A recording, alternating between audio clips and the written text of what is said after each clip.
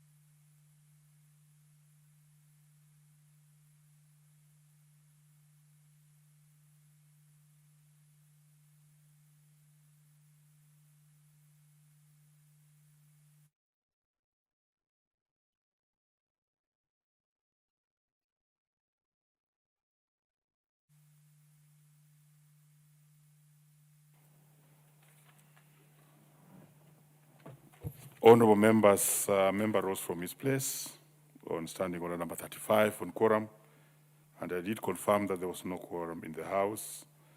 I since then asked the Sergeant at Arms to ring the quorum bell for 10 minutes. I can still confirm, honorable members, that there's no quorum in the House, and therefore, honorable members, let's be upstanding.